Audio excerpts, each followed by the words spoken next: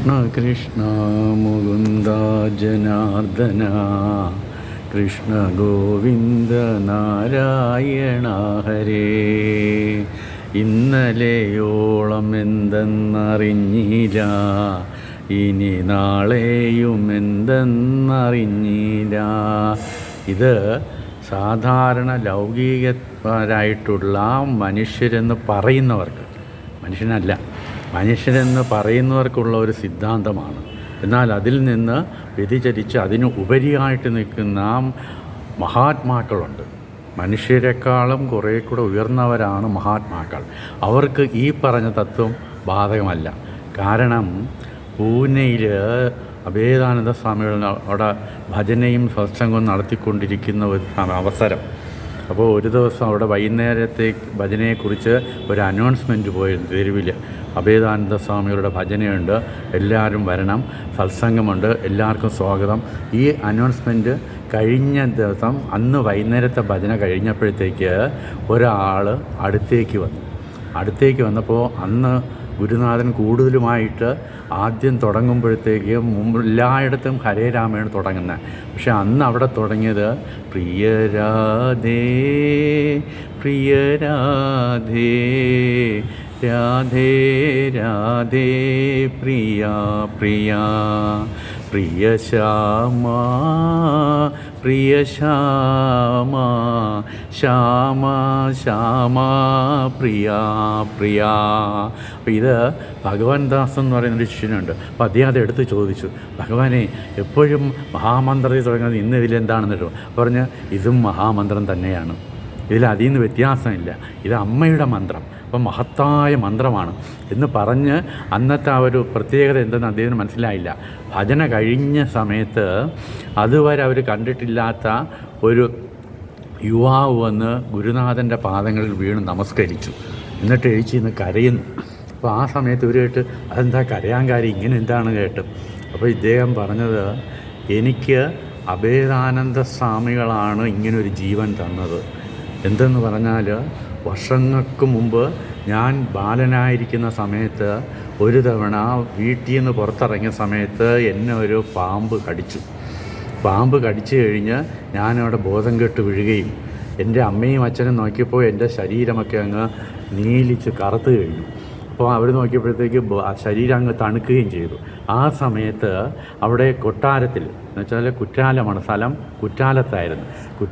കൊട്ടാരത്തിൽ അഭേദാനന്ദ സ്വാമികൾ അവിടെ തങ്ങുകയും അവിടെ അടുത്തൊരു ശിവക്ഷേത്രമുണ്ട്. ആ ക്ഷേത്രത്തിൽ അദ്ദേഹം ഭജന നടത്തിക്കൊണ്ടിരുന്ന സമയമായിരുന്നു.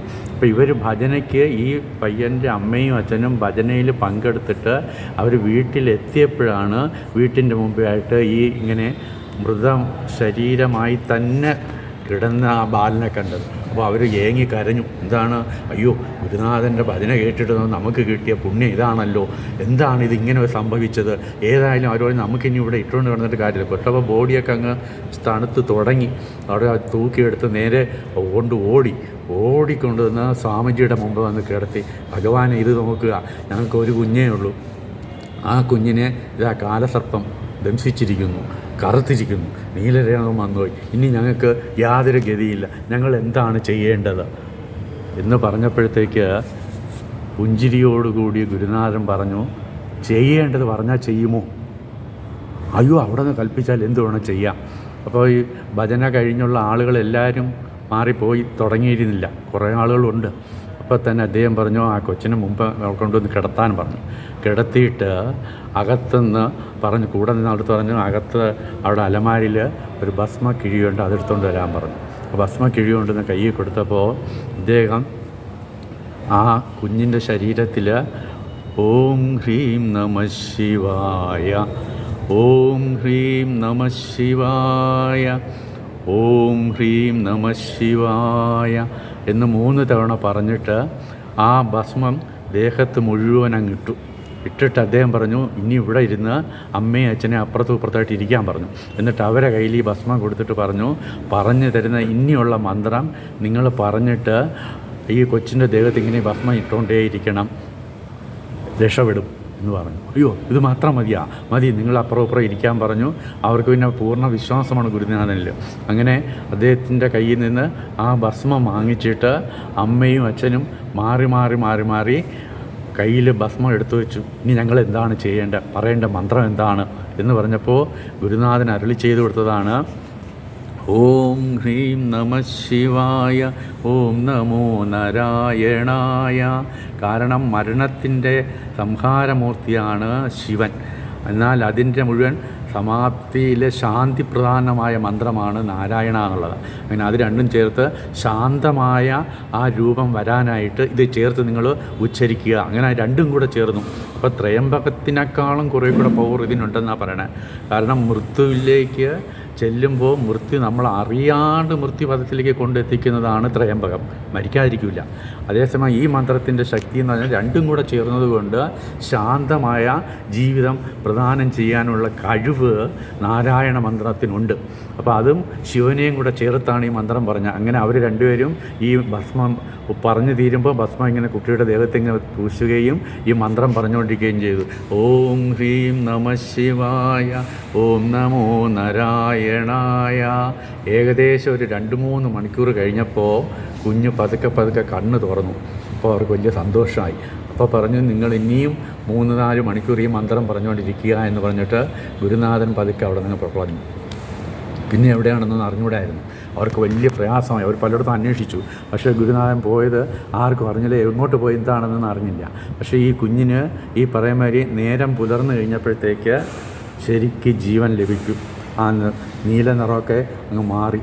അങ്ങനെ അവർ ആ കുഞ്ഞിനെ വളർത്തി. അപ്പോൾ ആ കുഞ്ഞിൻ്റെ അടുത്ത് പറഞ്ഞു, കുഞ്ഞിനെ അറിയാം, ഒരു 5-6 വയസ്സാണ്. അപ്പം നിൻ്റെ ജീവൻ തന്നത് അഭേദാനന്ദ സ്വാമികളാണെന്ന് പറഞ്ഞു അച്ഛനും അമ്മയും പറഞ്ഞ് അദ്ദേഹത്തിന് ഇത് അറിയാം. അപ്പം അങ്ങനെ ഇരിക്കുമ്പോഴാണ് പഠിച്ച് ജോലിയൊക്കെ നേടി പൂനെയിൽ വന്നത്. പൂനെയിൽ വന്ന സമയത്താണ് ഇദ്ദേഹം വിചാരിച്ചിരിക്കാണ്ടാണ് സ്വാമിജിയുടെ ഭജനയെക്കുറിച്ചുള്ള ഒരു അനൗൺസ്മെൻറ്റ് കേട്ടത്. അങ്ങനെയാണ് അന്ന് ആ ദിവസത്തിൽ അദ്ദേഹം വന്നത്. അപ്പോൾ ഈ ഭജന കേട്ടതോടുകൂടി അദ്ദേഹം പറഞ്ഞു എൻ്റെ പ്രാണദാതാവാണ്, എൻ്റെ പ്രാണനാണ് ഈ ഗുരുനാഥൻ എന്ന് പറഞ്ഞാണ് അന്ന് വന്ന് നമസ്കരിച്ചത്. അപ്പോഴാണ് ചിരിച്ചുകൊണ്ട് പറഞ്ഞത് ഇതാണ് മഹാമന്ത്രം എന്ന് പറഞ്ഞു. ഗുരുനാഥൻ പറഞ്ഞപ്പോൾ അവിടെ ഉള്ളവരെല്ലാം കൂടെ ഒന്നുകൂടെ അത് ഏറ്റവും പ്രിയരാധേ പ്രിയരാധേ രാധേ രാധേ പ്രിയാ പ്രിയാ പ്രിയ ശ്യാമ പ്രിയ ശ്യാമ ശ്യാമ ശ്യാമ പ്രിയാ പ്രിയാ. അപ്പോൾ ആദിപരാശക്തിയും പരാശക്തിയെന്നും വേദങ്ങളും ശ്രുതികളും ഉപനിഷത്തുക്കളും പറയുന്ന അമ്മ എന്ന് പറയുന്നത് ശ്രീ രാധിക തന്നെയാണ്. അപ്പോൾ ആ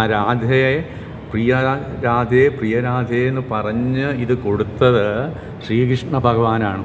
ഉദ്ധവരടുത്ത് പറഞ്ഞു കൊടുത്ത സന്ദേശം, അതിൽ രാധാദേവി എടുത്ത് പറയാൻ പറഞ്ഞ സന്ദേശമാണ് ഈ 2 വരികൾ. പ്രിയരാധേ പ്രിയരാധേ രാധേ രാധേ പ്രിയാ പ്രിയാ പ്രിയ ശ്യാമ പ്രിയ ശ്യാമ ശ്യാമ ശ്യാമ പ്രിയാ പ്രിയാ മുझे दो വൃന്ദാവൻ കെ ബാസ്. ഇതാണ് രാധാദേവി എടുത്ത് പറയാൻ പറഞ്ഞ സന്ദേശം, കൃഷ്ണ സന്ദേശം. അതിലേന്ന് ഉദ്ധവരടുത്ത് പറഞ്ഞു കൊടുത്ത രാധാ സന്ദേശമാണിത്. എനിക്ക് വൃന്ദാവനത്തിൽ കഴിഞ്ഞിട്ട് മതിയായില്ല എൻ്റെ പ്രിയരാധേ.